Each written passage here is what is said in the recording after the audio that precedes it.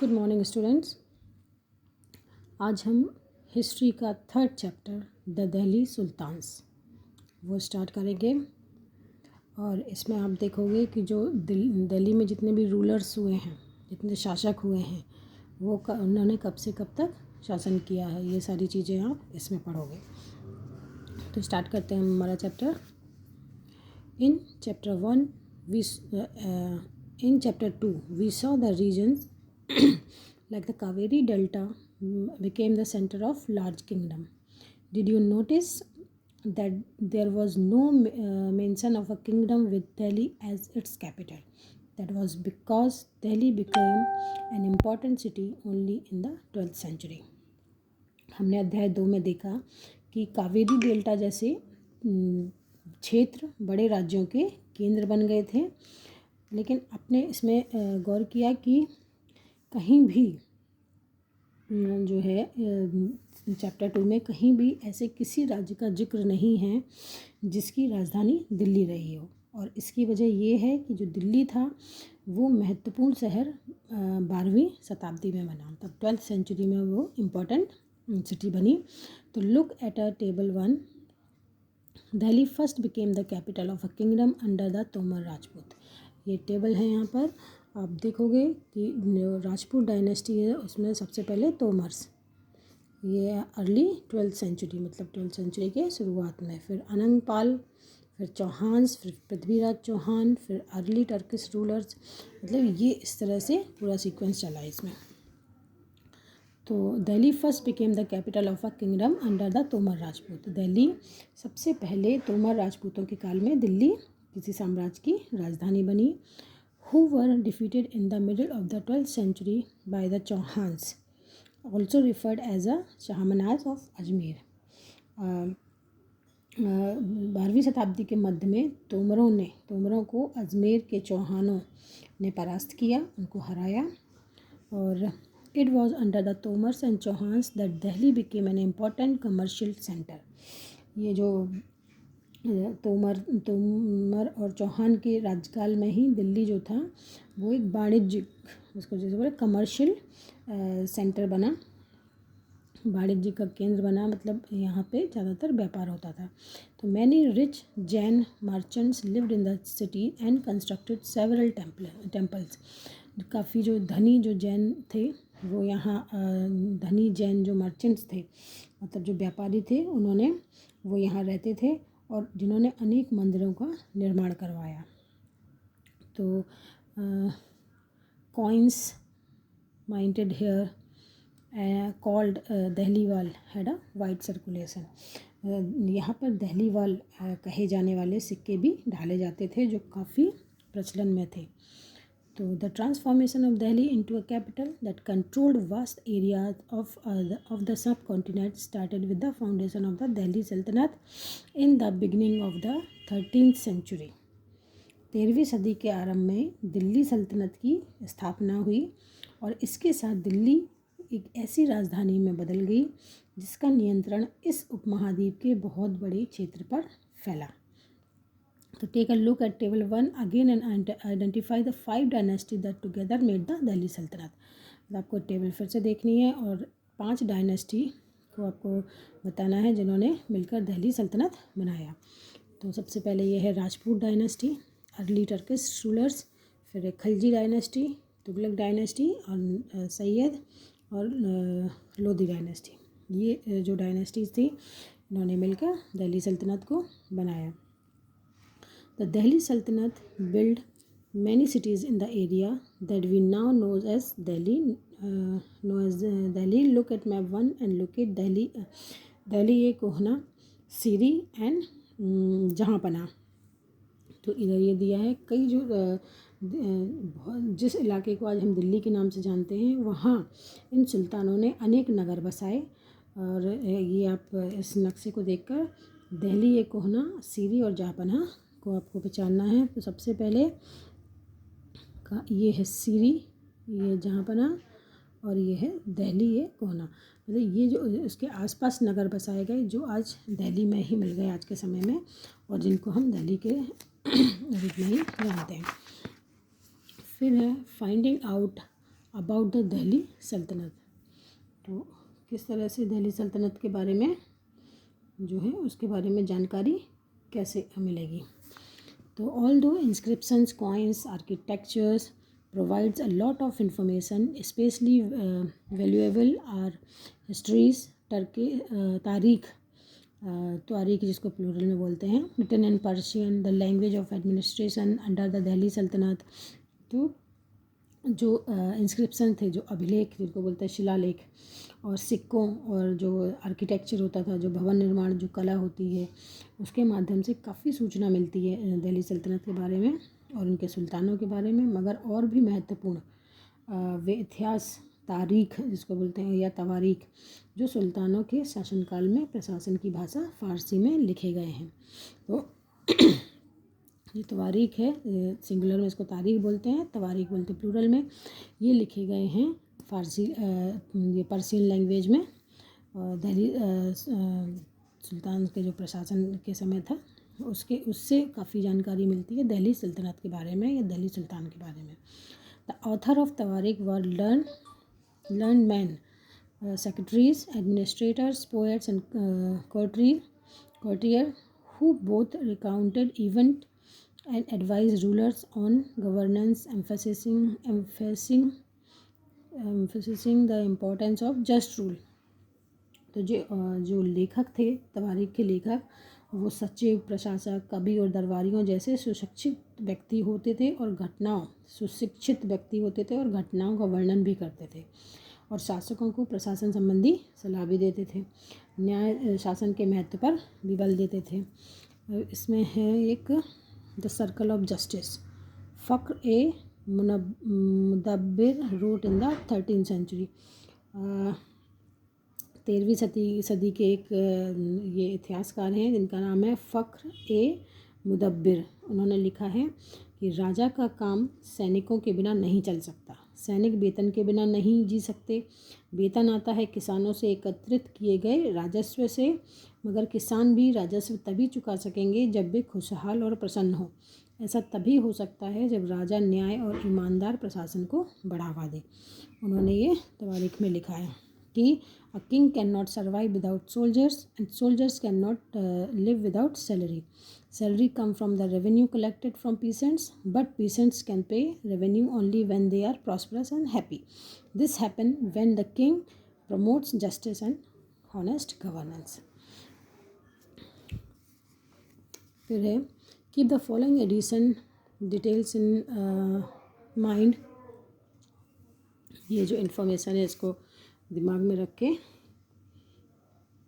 देखना है कि पहला है the author of Tawarikh lived in cities mainly Delhi and hardly ever in village. जो तवारीख के जो ऑथर होते थे, लेखक होते थे, वो ज़्यादातर सिटीज़ में, शहरों में रहते थे, मुश्किल से ही वो गांव में पाए जाते हों। तो they often wrote their histories for sultan in the hope of rich award. तो वो जो लिखते थे इतिहास के बारे में सुल्तान के लिए, जो लिखते थे तो वो केवल इस आशा में लिखते थे कि सुल्तान उनको काफ़ी अच्छा धन देगा। तो this authors advise rulers on the need to preserve an ideal social order based on birthright and gender distinctions. तो ये जो लेखक थे वो अक्सर शासकों को जन्म सिद्ध अधिकार और जो जेंडर पर आधारित आदर्श समाज व्यवस्था बनाए रखने की सलाह देते थे। There ideas were not shared by everybody. उनके जो विचार थे वो उससे सारे लोग सहमत नहीं होते थे। इन 1236 में सुल्तान इल्तुतमिश डॉटर रज़िया बिकेम सुल्तान। 1236 ईस्वी में सुल्तान इल्तुतमिश की जो डॉटर थी रज़िया सुल्तान, वो सुल्तान बनी।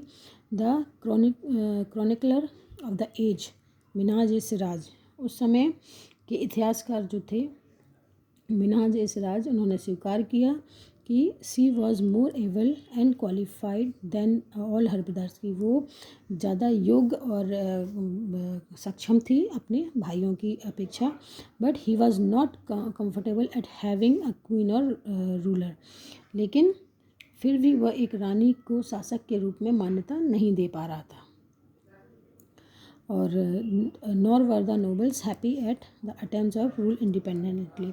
और जो दरबारी जन थे उनके, वो भी एक स्वतंत्र रूप से शासन करने की कोशिशों से प्रसन्न नहीं थे। मतलब रजिया सुल्तान के रानी बनने से वो प्रसन्न नहीं थे, सुल्तान बनने से। तो she was removed from the throne in 1240। 1240 में उनको सिंहासन से हटा दिया गया। What Minhaj Siraj thought about Razia. Razia के बारे में मिनहाज सिराज के क्या विचार थे, वो क्या सोचते थे उनके बारे में। Minhaj Siraj thought that the queen's rule went against the ideal social order created by God, in which women were supposed to be subordinate to men। Minhaj Siraj का सोचना था कि ईश्वर ने जो आदर्श समाज की व्यवस्था बनाई है उसके अनुसार स्त्रियों को पुरुषों के अधीन होना चाहिए, और रानी का शासन इस व्यवस्था के विरुद्ध जाता था। मतलब रानी इस व्यवस्था के विरुद्ध थे कि रानी कोई रानी शासन करे। तो he therefore asked in the register of God's creation, since her account did not fall under the column of man, how did she gain from all of her excellent qualities. कि और इसलिए वह पूछता था कि खुदा की रचना के खाते में उसका ब्यौरा चूँकि मर्दों की सूची में नहीं आता, इसलिए इतनी शानदार खूबियों से भी उसे आखिर हासिल क्या हुआ। किसको रज़िया सुल्तान को।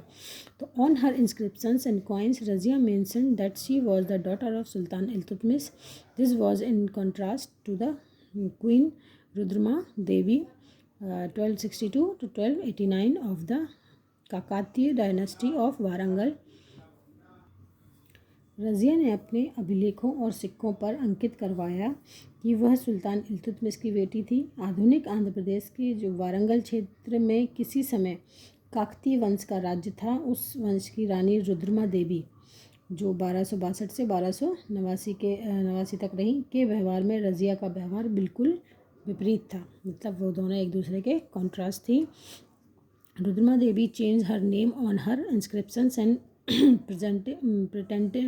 pretended she was a man. उन्होंने जैसा कि रुद्रमा देवी ने अपने इंस्क्रिप्शंस में अपना नाम पुरुषों जैसा लिखवाकर अपने पुरुष होने का भ्रम पैदा किया। Another queen Didda ruled in Kashmir. Her title is interesting, it comes from didi or elder sister, and obviously affectionate term given to a loved ruler by her subject. तो ऐसे ही एक और महिला शासक थी कश्मीर की, रानी दिद्दा। उनका नाम दीदी बड़ी बहन से निकला है। जाहिर है कि प्रजा ने अपनी प्रिय रानी को यह स्नेह भरा संबोधन दिया होगा। तो express Razia Minhaj ideas in your own words, do you think Razia shared this ideas. तो ये तो अब हम करेंगे from garrison town to empire the expansion of the Delhi सल्तनत। अब ये गैरिसन टाउन क्या होता है, जहाँ लिखा है अ फोर्टिफाइड। गैरिसन टाउन मतलब अ फोर्टिफाइड सेटलमेंट विद सोल्जर, मतलब किलेबंदी और या बसाव जहाँ सैनिक रहते हैं, वो किलेबंदी या बसाहट या बसाव जो सेटलमेंट होता है जहाँ सोल्जर रहते हैं। In early 13th century, the control of Delhi sultans rarely went beyond heavily fortified towns occupied by garrison।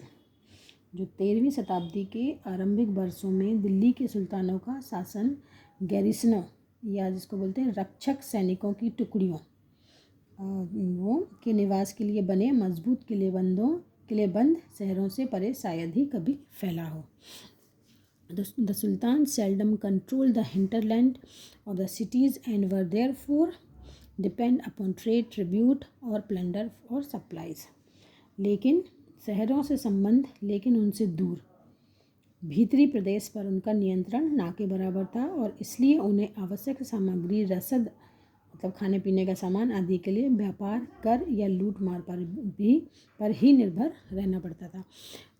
यहाँ पर हिंटरलैंड मतलब है the land adjacent to a city or port that supply it with goods and services। मतलब किसी शहर या बंदरगाह मतलब पोर्ट के आसपास के इलाके जो उस शहर के लिए वस्तुओं और सेवाओं की पूर्ति करें, ये होता है। तो controlling garrison town in distance Bengal and Sindh from Delhi was extremely difficult. तो दिल्ली से दूर बंगाल और सिंध के गैरिसन टाउन्स का जो नियंत्रण बहुत ही कठिन था. Rebellion, war, even bad weather could snap fragile communication roots.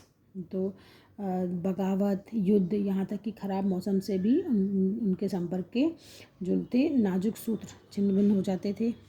मतलब उनके कम्युनिकेशन टूट जाता था.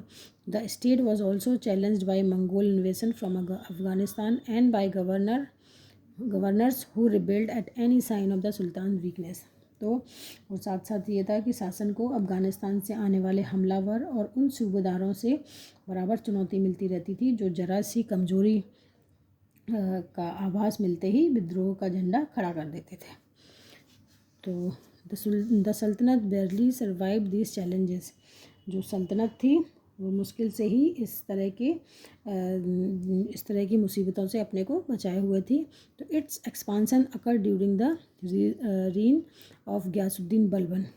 और इसका संस्थापन और या इसका एक्सपांसन, इसका फैलाव, विस्तार गयासुद्दीन बलबन के शासनकाल में हुआ और इसका विस्तार अलाउद्दीन खिलजी और मोहम्मद तुगलक के राजकाल में भी हुआ.